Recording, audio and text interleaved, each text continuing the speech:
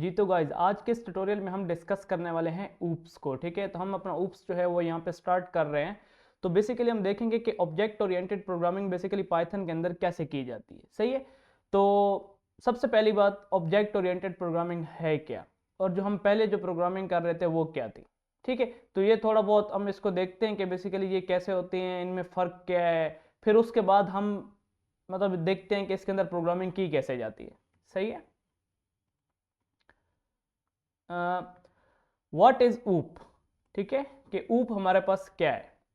Object oriented programming is a programming style that focus on creating classes and objects. ठीक है, पहले जो हम प्रोग्रामिंग करते थे वो जस्ट नॉर्मल एक प्रोग्रामिंग होती है, जैसे प्रोसीजरल प्रोग्रामिंग आप लोग बोलते हैं।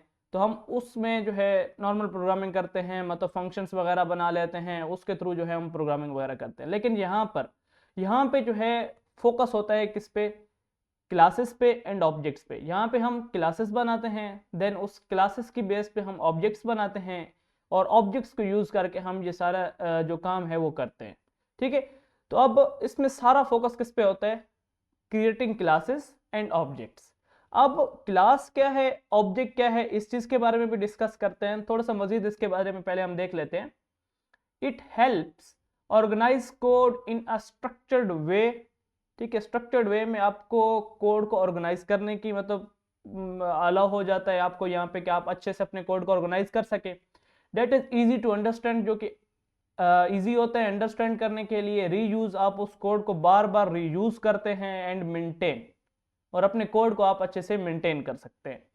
अब मजीद अगर हम यहाँ पे देखें तो ऊप is used in Python to model real world entities using objects that have properties and behaviors। अब इसका क्या मतलब है, इसका मतलब ये है कि जो भी रियल वर्ल्ड में चीज़ें होती है, जैसे कि ह्यूमन, मैं हो गया, आप हो गए, इसी तरह कोई भी प्रोडक्ट है जिसकी कोई ना कोई प्रॉपर्टीज है। जैसे कि अगर एक प्रोडक्ट है तो उसकी कोई ना कोई प्राइस होगी। ठीक है, ये उसकी खसूसियत मतलब प्रॉपर्टीज होती है। उसके बाद वो किस कलर की है, क्या है, कौन सी चीज़ है, उसका नाम क्या है, कहाँ पे है, ये सारी चीज़ें उसकी प्रॉपर्टीज एंड उसके बिहेवियर्स। अगर मतलब एक गाड़ी है तो वो चलती है क्या, उस किस चीज़ पे चलती है, ये सारी चीज़ बिहेवियर्स में आ जाती है। ठीक है, तो अब जैसे गाड़ी की अगर बात करें तो गाड़ी की कौन कौन सी प्रॉपर्टीज हो सकती हैं, उसके टायर, उसका कलर, उसका स्ट्रक्चर, ये सारी चीज़ें उसमें आ जाती है, उसका नाम। ठीक है, तो अब इन चीज़ों को मॉडल बनाना एंड देन उसके ऑब्जेक्ट्स क्रिएट करना।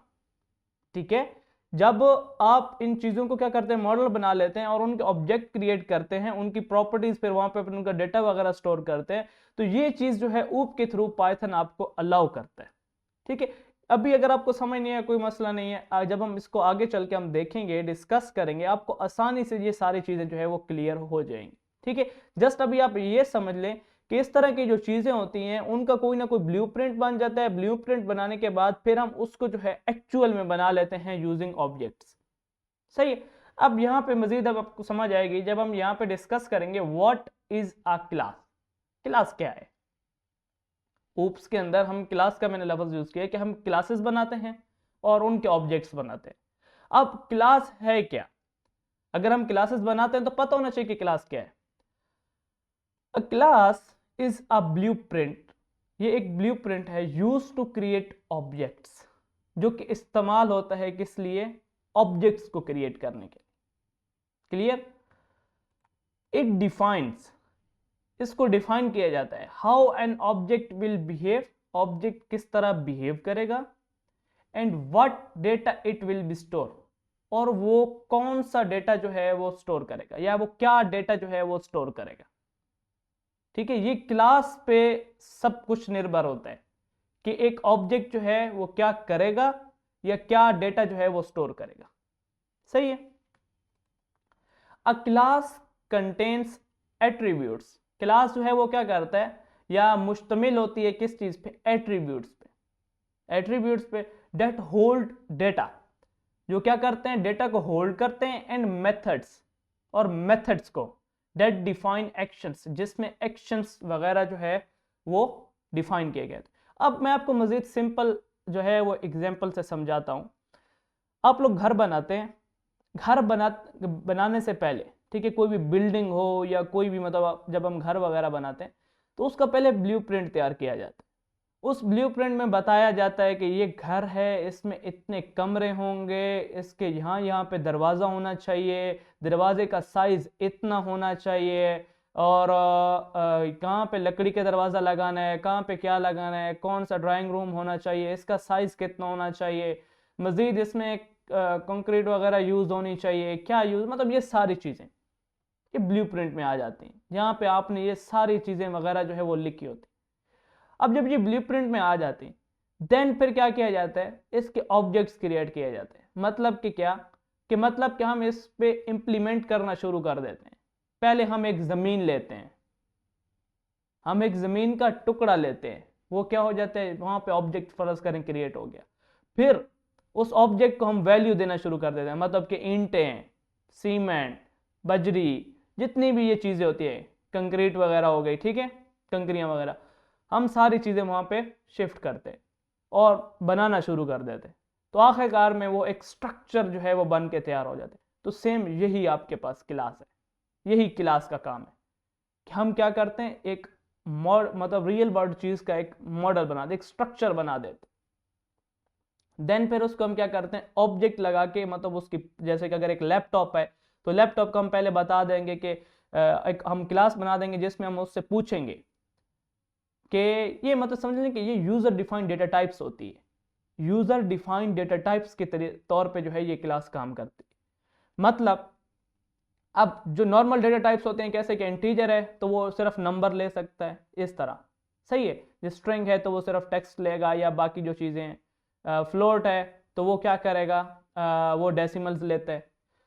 अब यूज़र डिफाइन फर्ज करें कि आपको एक लैपटॉप का डेटा स्टोर करना है, लैपटॉप का एक डेटा स्टोर करना है। अब कोई ऐसी डेटा टाइप तो है ही नहीं जिसके अंदर आप सारा लैपटॉप का डेटा वगैरह स्टोर करें, मतलब कि लैपटॉप है कौन सी कंपनी का, रैम कितनी है, प्राइस कितनी है, ये सारी चीज़ें, ये तो सारी चीज़ें लैपटॉप के साथ ही मतलब हम स्टोर करेंगे। तो उसके लिए आप क्या करते हैं, एक क्लास बना देते हैं, वहाँ पे आप पहले पता करते हैं जो लैपटॉप होगा, कोई भी किसी भी किस्म का लैपटॉप आप वहाँ पे स्टोर कर, उसका डेटा स्टोर कर सकते हैं।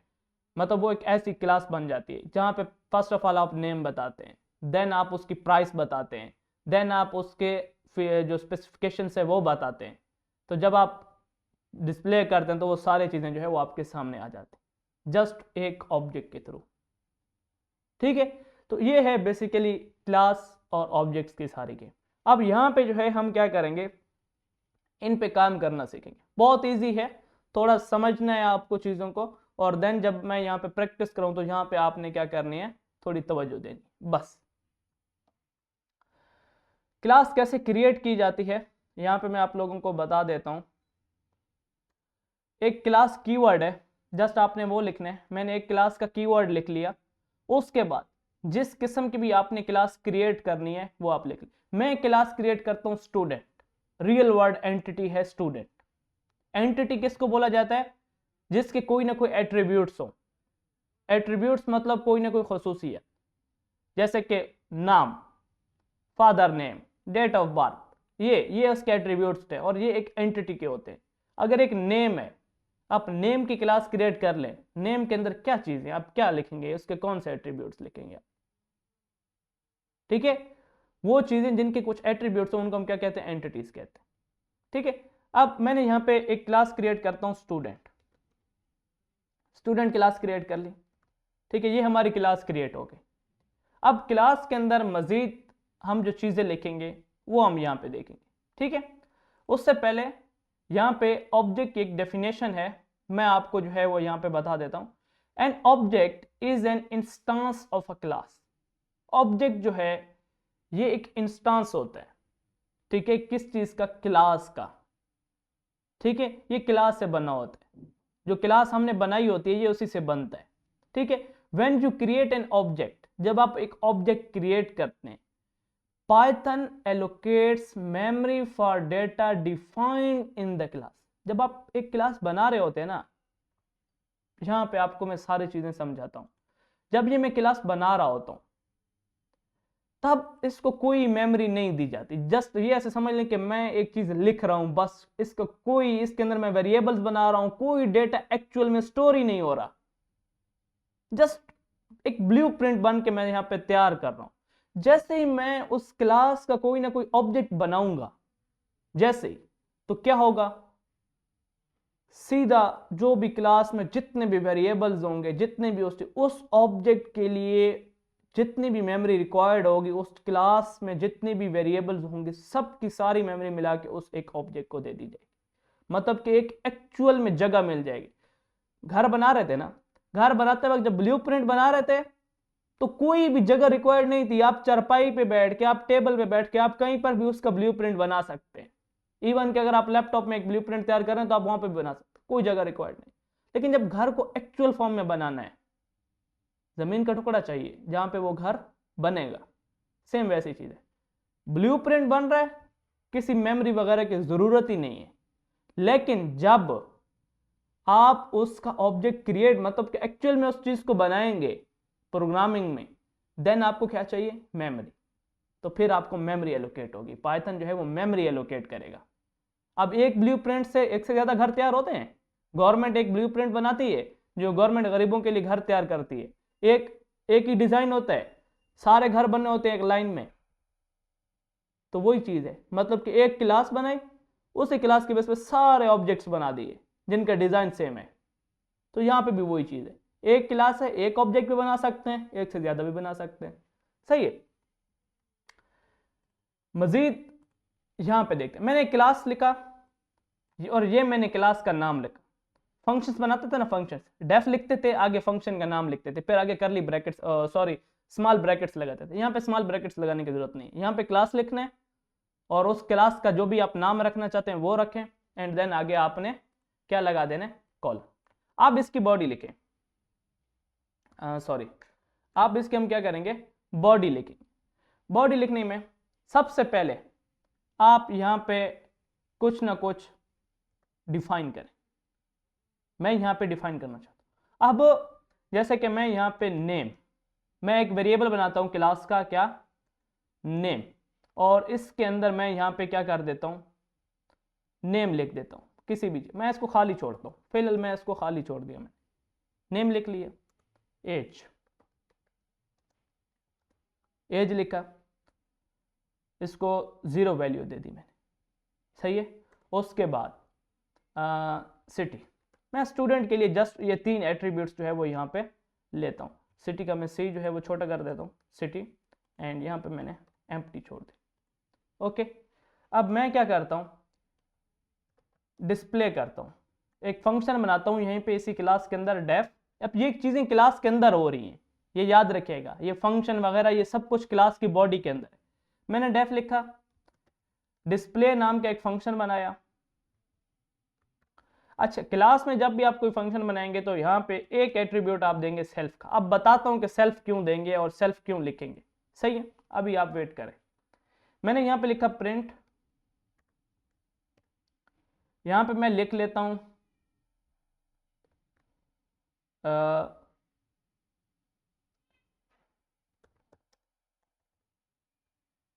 नेम।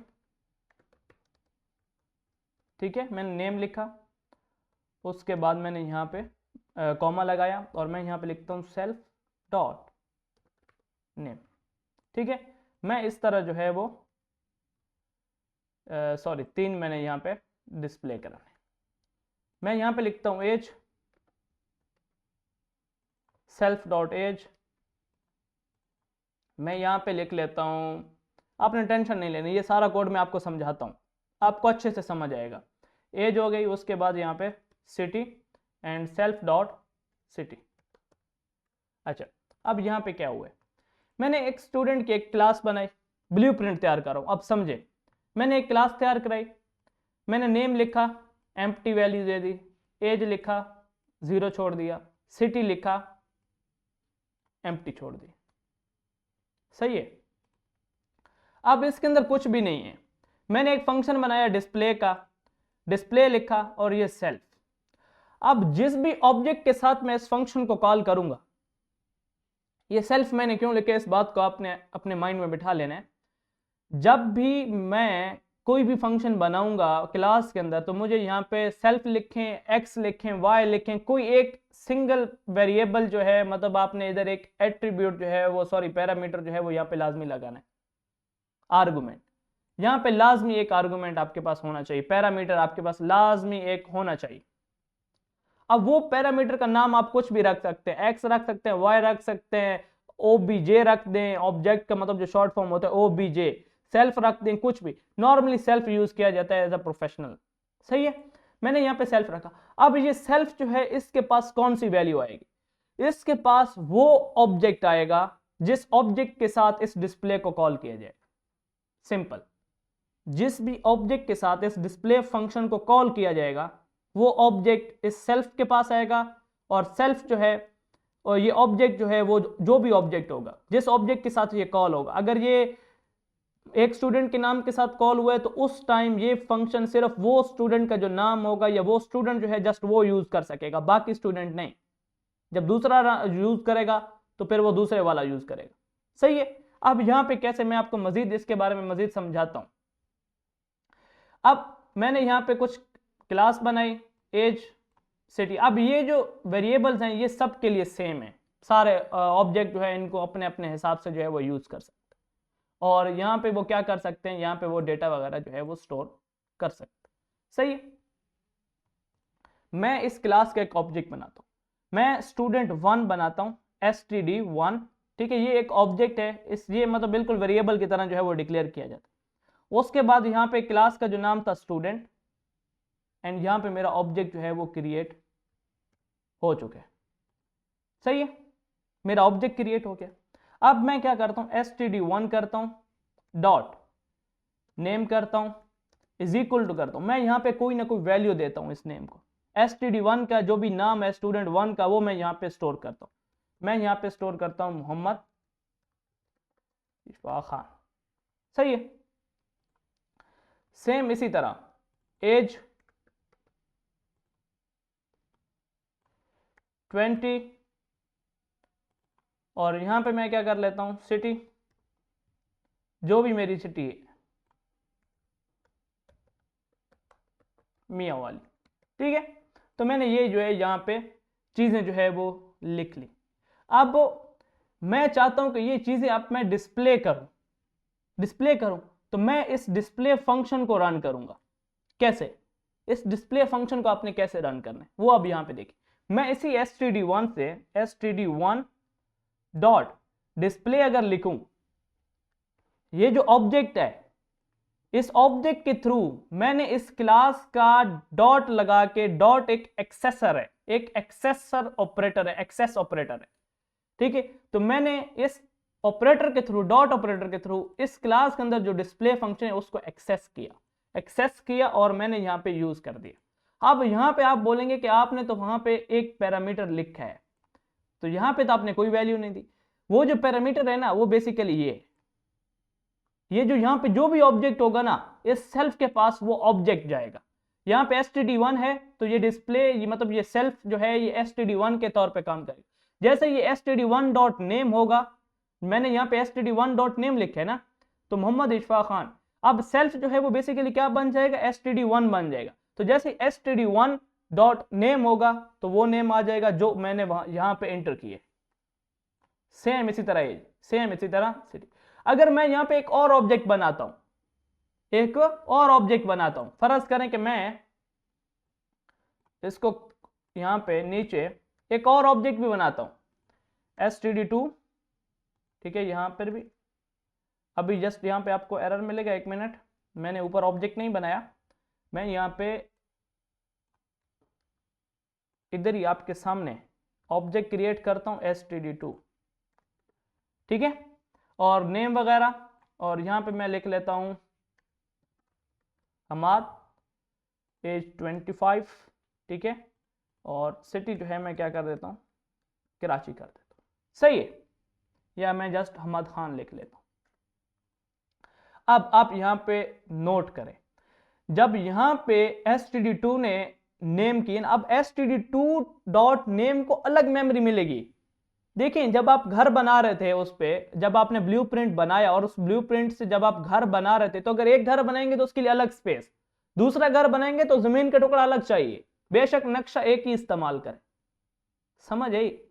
नक्शा ब्लूप्रिंट एक ही इस्तेमाल हो रहा है, वही क्लास इस्तेमाल हो रही है इस स्टूडेंट को भी मतलब रजिस्टर करने के लिए या स्टूडेंट का डेटा लेने के लिए, लेकिन क्या हो रहा है, मेमोरी अलग अलग लग रही है। std1 डॉट नेम को अलग जगह पे स्टोर किया जाएगा, अलग मेमोरी से उसकी वैल्यू स्टोर की जाएगी। वहीं पे जब ये दूसरा ऑब्जेक्ट क्रिएट होगा, इसके लिए अलग से स्पेस मेमोरी के अंदर रिजर्व होगी और वहां पे अलग से जो है वो नेम वगैरह जो है वो स्टोर किए जाएंगे, उसका डेटा अलग से स्टोर किया जाएगा। जब ये रन होगा, std1 रन होगा, तो ये सेल्फ जो है ये std1 के तौर पे काम करेगा, और यहाँ पे std1 डॉट नेम जब होगा तो वो std1 के अंदर जो भी मैंने नेम रखा होगा स्टूडेंट 1 के अंदर, वो मेरे पास आएगा। यहाँ पे जब मैं इसको स्टूडेंट 2 के लिए कर रहा हूं, तो यहाँ पे ये सेल्फ जो है अब स्टूडेंट 2 के तौर पे काम करेगा, std2 के तौर पे, और जब यहाँ पे std2 डॉट नेम होगा तो फिर std2 वाला नेम आएगा। सही है? अब यहाँ पे देखें तो कोड जो है ना रियूज हो रहा है, एक जगह पे मेंटेन भी है, ऑर्गेनाइज भी है। मैं इसी तरह बनाता जाऊं स्टूडेंट्स, कोड ऑर्गेनाइज है। ये नहीं है कि मैं कभी किसी के लिए क्या बना रहा हूं, कभी किसी के लिए क्या फंक्शंस बना रहा हूं, नहीं, एक ही फंक्शन है, रीयूज कर रहा हूं, एक ही वेरिएबल्स हैं, बार बार रीयूज कर रहा हूं, नाम रीयूज हो रहे हैं, अलग अलग वेरिएबल नहीं बनाने पड़ रहे, मेंटेन है, ऑर्गेनाइज्ड है। क्लियर है? मैं इसको अब रन करता हूं, आपको दिखाता हूं। मैंने रन किया और यहां पे आप लोग देखें, जैसे ये रन होगा, पहले स्टूडेंट 1 का डेटा डिस्प्ले हुआ, उसकी एज, उसका सिटी। देन मैंने std2 के लिए भी डिस्प्ले रन किया था, तो वही एज, सिटी एंड कराची। देखा कैसे काम किया इसने? ये है क्लास एंड ऑब्जेक्ट्स का फायदा। सही है? इस तरह जो है आप एक कोड को आप बार बार जो है वो रीयूज कर सकते हैं। अब ये जो मैंने यहां पे नेम वगैरह दिए, इनका भी तरीकेकार है। ये तो मैंने आपको समझाने के लिए मतलब क्लास के कुछ एट्रीब्यूट्स बनाए, एक फंक्शन बनाया और यहाँ पे मैंने उसको यूज किया। ठीक है, इसके मजीद भी मतलब तरीकेकार हैं, वो हम यहाँ पे मजीद आगे सीखेंगे। अब यहाँ पे वो बोल रहे हैं, ये देखिए, ये तो हमने मतलब अभी किया ना, किस तरह क्लास क्रिएट करनी है, देन उसको किस तरह जो है वो यूज करना है, वो तो हमारे पास होगा। अब एक फंक्शन आता है यहाँ पे, the init function. Init function, init को आप इनिशियलाइज फंक्शन भी कह सकते हैं, initialisation function, initialise function, initial function, जो भी आपके दिल में आता है आप बोले। अब यहाँ पे इनिट फंक्शन काम क्या करता है, पहले मैं आपको ये बताता हूँ। The init function is a special method in a class. ये क्लास में एक स्पेशल किस्म का मेथड है। ठीक है, जैसे मैंने डिस्प्ले बनाया, मैंने खुद बनाया ना। इनिट फंक्शन पहले से बना, मतलब एक नाम है, वो आपने वही देना होगा जो यहाँ पे बताया गया है। ठीक है, ये एक मेथड है, इट रन्स ऑटोमेटिकली। जैसे मैंने std1 डॉट डिस्प्ले रन किया था ना, इसको ऐसे रन नहीं करना पड़ता, ये ऑटोमेटिकली रन होता है। कब? जब ऑब्जेक्ट क्रिएट होता है। जब भी ऑब्जेक्ट, जैसे ही पहली लाइन में लिखता हूं, ऑब्जेक्ट जब क्रिएट हो जाता है क्लास का, ऑटोमेटिकली ये रन हो जाता है। और इसको क्यों रन किया, मतलब ये क्यों बनाया गया, वो भी मैं आपको बताता हूं। whenever an object is created, it is used to initialize object attributes। ये क्या करता है, ऑब्जेक्ट को एट्रीब्यूट्स जो है वो इनिशियलाइज करने में इस्तेमाल होता है। बहुत सिंपल है, देखते हैं कैसे काम करता है। इसको मैं यहाँ पे, इस एग्जांपल को मैंने यहाँ पे कमेंट किया। नीचे हम यहाँ पे एक और क्लास बनाएंगे। मैं क्लास बनाता हूँ एम्प्लॉय की, एम्प्लॉय नाम की मैंने एक क्लास बनाई। एम्प्लॉय स्टूडेंट की बनाई, अब मैं एम्प्लॉय की बना रहा हूँ। अब मैं यहाँ पे एक फंक्शन यूज करूंगा डेफ। आपने डेफ लिखना है, डैश डैश, 2 डैश लगानी है, अंडरस्कोर। ठीक है, इनिट लिखना है, और इनिट लिखने के बाद आपने ब्रैकेट्स लगानी है, और यहाँ पे आपने लिखना है सेल्फ। सेल्फ लिखना है, और यहाँ पे इस तरह इनिट फंक्शन बनाया और सेल्फ लिखा। अब जैसे कि यहाँ पे हम पहले कर रहे थे ना, ऐसे आप बाहर कर रहे थे कि नेम बनाओ। ठीक है, नेम मैंने लिखा था इस तरह, उसके बाद मैंने एक वेरिएबल बनाया था, फिर मैं एज बनाया था इस तरह, फिर इसी तरह मैंने जो है वो क्या किया था, मज़ीद कुछ चीज़ें बनाई थी, ठीक है। सिटी का मैंने एक वेरिएबल बनाया। अब ये सारी चीज़ें आपको यहाँ पे करने की ज़रूरत नहीं है, ठीक है। ये होते हैं क्लास के वेरिएबल्स, ये जो मैंने अभी बनाए ना ये होते हैं क्लास के वेरिएबल्स। हम नेक्स्ट ट्यूटोरियल में मैं आपको डिस्कस मतलब अच्छे से समझा दूंगा कि क्लास वेरिएबल्स क्या होते हैं बेसिकली, और ऑब्जेक्ट वेरिएबल्स क्या होते हैं, या मतलब ये इंस्टांस वेरिएबल क्या होते हैं। ऑब्जेक्ट को इंस्टांस बोला जाता है ना, तो ये इंस्टांस वेरिएबल क्या होते हैं और क्लास वेरिएबल क्या होते हैं इसके बारे में आपको अच्छे से समझा दूंगा, ठीक है। फर्स्ट ऑफ ऑल एक दो लेक्चर आपको मुश्किल लगेंगे, देन आप इतना इसके साथ गो थ्रू हो जाएंगे कि आप कहेंगे कि बस हम प्रोग्रामिंग करते हैं इसमें, क्योंकि इसमें कोड को बार बार यूज करना होता है। मतलब एक बार कोड लिख दिया बस, ठीक है। मैंने सेल्फ लिखा, उसके बाद मैं यहाँ पे जो जितने भी एट्रीब्यूट्स चाहिए ना आपको, आप यहाँ पे लिखें। मैं एम्प्लॉय का नेम चाहता हूँ, मैंने नेम लिखा। मैं एम्प्लॉय की एज चाहता हूँ, मैंने एज लिखी। मैं एम्प्लॉय का सिटी देखना चाहता हूँ, मतलब उसका सिटी कौन सा है, मैंने वो लिख दी, ठीक है। अब वेरिएबल असाइन कैसे करने हैं, पहले हम नीचे कर रहे थे ना वेरिएबल असाइन, ये यहाँ पे बाहर, ये देखिए मैं जब ऑब्जेक्ट क्रिएट कर रहा था और उसके नीचे मैं वेरिएबल असाइन कर रहा था। अब मैं यहाँ पे करता हूँ, जिस भी ऑब्जेक्ट के साथ ये इनिट फंक्शन कॉल होगा, जैसे ही ऑब्जेक्ट बनाया जाएगा, जिस भी ऑब्जेक्ट क्लास के लिए ऑब्जेक्ट ये क्रिएट होगा, उसको ये तीन चीजें पहले ही देनी पड़ेंगी एट अ टाइम वहीं पे। तो जिस ऑब्जेक्ट से ये कॉल होगा पहले उसका मैं एक वेरिएबल क्रिएट करता हूं ऑब्जेक्ट, वो ऑब्जेक्ट हो गया dot name is equal to name. अब ये सेल्फ डॉट नेम और ये नेम है ये वाला टेम्परेरी वेरिएबल, ठीक है। ये पैरामीटर्स टेम्परेरी होते हैं ना, ये आपको मैंने बताया था। ये है ओरिजिनल मतलब एक्चुअल वेरिएबल जिसके अंदर वैल्यू स्टोर हो। ये क्या है आपके पास, ये है टेम्परेरी, ठीक है। जब मैंने फंक्शंस आपको पढ़ाए थे तो मैंने आपको बोला था ये जो पैरामीटर्स होता है ये जस्ट कॉपी होती है, क्या होती है, कॉपी होती है एक्चुअल वैल्यू की। तो ये एक्चुअल वैल्यू बेसिकली फिर यहां पे मैं एक ऑब्जेक्ट के लिए एक वेरिएबल क्रिएट कर रहा हूं और मैं यहां पे उसमें स्टोर कर रहा हूं। अब मैं चाहूं तो यहां पे एक्स भी लिख सकता हूं, मसला नहीं है, एक्स भी मैं नाम दे सकता हूं, ठीक है। मैं एक्स भी लिख सकता हूं, वाई लिख सकता हूं, कोई और नाम दे सकता हूं, मैं जो चाहूं मैं यहां पे नाम दे सकता हूं।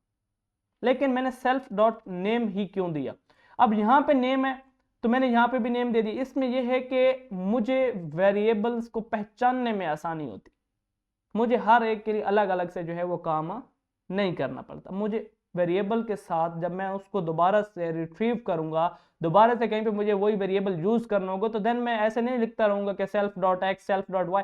अब क्या यार, सेल्फ एक्स क्या, सेल्फ एक्स वाई क्या, तो मैं बकायदा यहाँ पे अच्छे से नाम दे रहा हूं कि सेल्फ डॉट नेम मतलब जो भी ऑब्जेक्ट है उसका नाम क्या होगा, वो नाम यहां से आएगा। अब यहां से इसके पास नाम कहां से आएगा वो भी बताऊंगा, ठीक है। अब चाहे तो आप यहां पे भी एक्स लिख सकते हैं, ऐसे एक्स लिख ले, यहां पे एक्स लिख ले, मसला नहीं है, आप कुछ भी कर सकते हैं।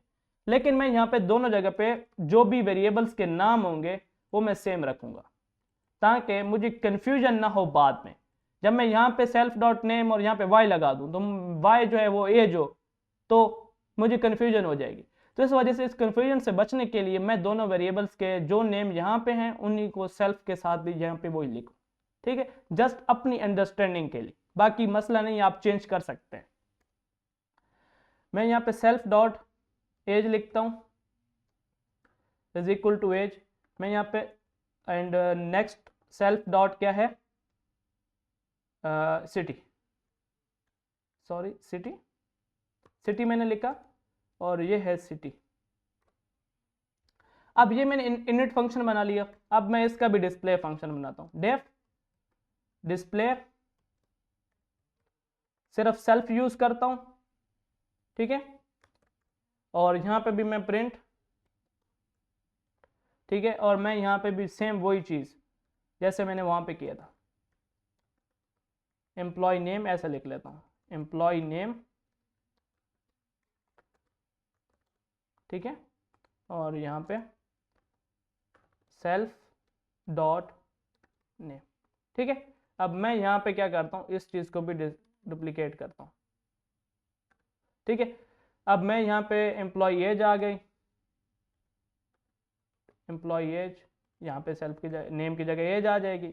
यहाँ पे मैं सिटी करना चाहता हूँ तो यहाँ पे सेल्फ के साथ नेम की जगह क्या आ जाएगा, सिटी आ जाएगा। सही है। अब ये तो हो गया ना नया तरीका बनाने का, ठीक है। अब यहाँ पे जब मैं ऑब्जेक्ट्स क्रिएट करूंगा तो आप वैल्यू कैसे दें, अब वो आप देखिए। मैं यहाँ पे emp एम्प्लॉय, मैं यहाँ पे क्या करता हूँ, emp मैंने एक एम्प्लॉय क्रिएट किया, एम्प्लॉय1, मैं उसका एक ऑब्जेक्ट क्रिएट करता हूँ। अब क्लास का नाम क्या है, एम्प्लॉय, और यहाँ पे मैंने जो ब्रैकेट्स लगाए, अब जैसे मैं यहाँ पे ब्रैकेट्स लगाता हूँ तो आप देखें ब्रैकेट्स लगा रहा हूँ तो वो कुछ चीजें मांग रहा है। क्या, नेम, पहले वो मांग रहे हैं नाम दो, कोई भी वैल्यू दो, वैल्यू दो नेम, तो मैं यहाँ पे नेम देता हूँ इशफाक खान। उसके बाद वो जैसे ही मैंने कॉमा लगाया तो वो यहाँ पे आप देखें तो जो एज है वो ऑरेंज हो गई, बोल रहा है एज दो आप। दूसरा एट्रीब्यूट कौन सा एंटर करना है, एज, मैं देता हूँ 20, ठीक है। एंड यहाँ पे मैंने जैसे ही कॉमा लगाया तो वो बोल रहा है सिटी दो, मैं क्या देता हूँ, ठीक है। तो सॉरी मैंने यहाँ पे इसको डबल कॉमास मैंने लिखा, ये एक स्ट्रिंग थी। सही है। इसी तरह मैं एक दूसरा एम्प्लॉय भी बनाता हूं, E2 एम्प्लॉय, उसका नाम है हमाद, एज है 25, कहाँ के रहने वाले, लाहौर का जी। सही है, ये मैंने कर दिया। अब एक एम्प्लॉय1 है, एक एम्प्लॉय2 है। पहले मुझे वैल्यू किसे देनी पड़ रही थी, पहले मुझे एक एक यहाँ पे वैल्यू बतानी पड़ रही थी। लेकिन अब क्या होगा, जैसे ही मैंने emp लिखा ना, emp जैसे ही ऑब्जेक्ट क्रिएट होगा तो इनिट फंक्शन, जब भी आप यहाँ पे क्लास लिखते हैं ना, क्लास, तो क्लास के नाम के आगे जैसे आप ब्रैकेट लगाते हैं ना, तो ये इनिट फंक्शन ऑटोमेटिकली, मतलब ये ऑब्जेक्ट जैसे क्रिएट होता है, ऑब्जेक्ट क्रिएट करने का तरीका यही है ना कि आप क्लास का नाम लिखें और आगे ब्रैकेट लगाएं, तो वो ब्रैकेट के अंदर ही आपसे उस इनिट फंक्शन की वैल्यूज मांगते हैं। अब सेल्फ जो है इनिट फंक्शन के अंदर वो होगा जो कि ऑब्जेक्ट क्रिएट, अब emp1 है ना तो सेल्फ के पास चला गया emp1, बाकी जो वैल्यूज है, नेम मैंने यहाँ पे दिया, ये नेम गया इस नेम के पास, एज मैंने यहाँ पे दी तो ये गई इसके पास, सिटी जो है मैंने यहाँ पे गई तो ये गई इसके पास। फिर क्या हुआ, emp1.name एक अलग से वेरिएबल क्रिएट हुआ मेमोरी के अंदर, ठीक है। और ये नेम जो इसके पास जो टेम्परेरी नेम आया था वो यहाँ पे इसके पास आ गया, और ये जो इसके अंदर जो नेम था वो सेल्फ डॉट नेम को मिल गया, मतलब के emp1.name को इशफाक खान मिल गया यहाँ पे। फिर इसके पास 20 एज आई थी तो यहाँ पे इस सेल्फ के पास था emp1 हुआ तो इसके पास आ गया 20, ठीक है। इसी तरह फिर emp1.city हुआ तो सिटी के पास था मियाँ वाली तो वो यहाँ पे आ गया। सही है। अब बात करते हैं यहाँ पे मजीद emp2, जैसे emp2 के लिए मैंने emp2 का ऑब्जेक्ट क्रिएट किया ना, तो ये अब सेल्फ जो है ये emp2 बन गया। सेल्फ क्या बन गया, emp2, तो emp2.name के लिए अलग से मेमोरी, अलग से जगह मिलेगी। emp2.name जो भी उसका मैंने नेम दिया था जब ऑब्जेक्ट क्रिएट करते वक्त, ये वैल्यू जाएगी यहाँ पे, फिर उसको ये मिलेगी, इस तरह फिर एज मिलेगी, फिर सिटी मिलेगी। जब मैं डिस्प्ले करूंगा तो डिस्प्ले वाला फंक्शन तो वही पुराने वाला है, मैं emp1 लिखता हूँ, डॉट डिस्प्ले लिखता हूँ, एंड देन इसको मैं डुप्लीकेट करता हूँ और यहाँ पे emp2 के लिए मैं यहाँ पे अगर प्रिंट कर दूँ, मैं प्रिंट करता हूँ employee1 डेटा, और ये चीज मैं यहाँ पे /n और employee2 डेटा, ठीक है। तो इस तरह से जो है मैं अलग अलग सा डेटा जो है वो एम्प्लॉय का। अब emp1 डिस्प्ले जब रन होगा तो यहाँ पे emp1.name, emp1 का नेम क्या था, emp1 का नेम था इशफाक खान, तो ये आएगा, एज आएगी, फिर जो भी सिटी था वो आएगा। फिर जब ये emp2 के लिए रन होगा तो फिर जहाँ पे सेल्फ के पास क्या आ जाएगा, डिस्प्ले वाले सेल्फ के पास emp2, तो emp2.name फिर वो उस मेमोरी से आएगा, emp2.name वाली मेमोरी से, ठीक है, जो उसकी जगह थी वहां से उठ के आएगा और यहाँ पे डिस्प्ले हो जाएगा। सही है। तो इस तरह जो है ये काम करेगा। जब मैं इसको रन करता हूं ना, अब आप देखें employee1 का data Ishfaq Khan, age 20, employee city Mianwali. इसी तरह employee2 का डेटा, देखें कोड कितना ऑर्गेनाइज है, कितना मैनेजेबल है, मेंटेनेबल है। मैं जब चाहूं यहाँ पे जस्ट एक एट्रीब्यूट ऐड करने से मैं यहाँ पे सबके साथ एक एट्रीब्यूट ऐड कर सकता हूँ। मुझे जो है हर एक के लिए अलग अलग से एट्रीब्यूट क्रिएट करने की जरूरत नहीं पड़ेगी, जस्ट एक क्लास के अंदर एक चेंजेस, बाकी सारे ऑब्जेक्ट के अंदर ऑटोमेटिकली चेंजेस हो जाएंगे। ये है कोड को रीयूज करना, मेंटेन करना, अच्छे से ऑर्गेनाइज्ड फॉर्म में रखना, स्ट्रक्चर्ड वे में। ठीक है, तो ये है आपके पास क्लास एंड ऑब्जेक्ट्स। सही है,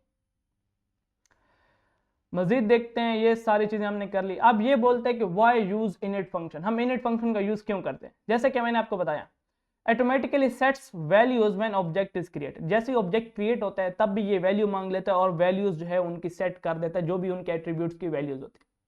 बाद में अलग से सेट करना नहीं पड़ेगा आपको, पहले ये क्या कर देगा, सेट कर देगा। उसके बाद क्या करता है, makes code cleaner and organised. अब ये देखें थोड़ा सा, अब यहां पे देखें, ये देखें कोड कितना लंबा हो रहा था अगर मैं इनिट फंक्शन का यूज नहीं कर रहा था। सिर्फ यहां पे देखें, जब मैं ऑब्जेक्ट क्रिएट कर रहा था और उनको वैल्यूज दे रहा था, देखें कोड कितना लंबा हो रहा था। और यहां पे देखें टोटल 6 लाइन, यहां पे कितनी है, 5 और 5 10, 6 और 10 लाइन में फर्क सबको समझ आता है। इसी तरह जब मैं मजीद क्रिएट करता जाऊंगा तो वो तो 20 हो जाएंगी और यहाँ पे 12, फर्क आएगा ना लाइंस में, नंबर ऑफ लाइंस में फर्क आ गया। कोड कितना एक तरतीब के साथ कितना ऑर्गेनाइज है। अब देखें यहाँ पे ये अच्छा लग रहा था, नेम आगे खाली, एज 0, सिटी आगे खाली स्ट्रिंग, एम्प्टी स्ट्रिंग। तो अगर यहाँ पे आप देखें तो ये कितना प्यारा लग रहा है, कोड देखने में भी मजा आता है। कोड को महसूस करें, महसूस करेंगे तो कोडिंग आपको सही जो है ना मजा देगी। सही है। उसके बाद allow each object to have different data, हर ऑब्जेक्ट के लिए डिफरेंट डेटा वो उसको अलाउ करता है। जैसे कि एम्प्लॉय 1 के लिए उसने अलग से जगह ली और अलग से डेटा स्टोर किया, एम्प्लॉय 2 के लिए अलग से, इसी तरह एम्प्लॉय 3 के लिए अलग से करता। बेशक यूज वो सेम इसी क्लास के इनिट फंक्शन को करता, लेकिन हर एक को अलग अलग जो है वो डेटा स्टोर करने के लिए जो है वो अलाउ करता है। सही है।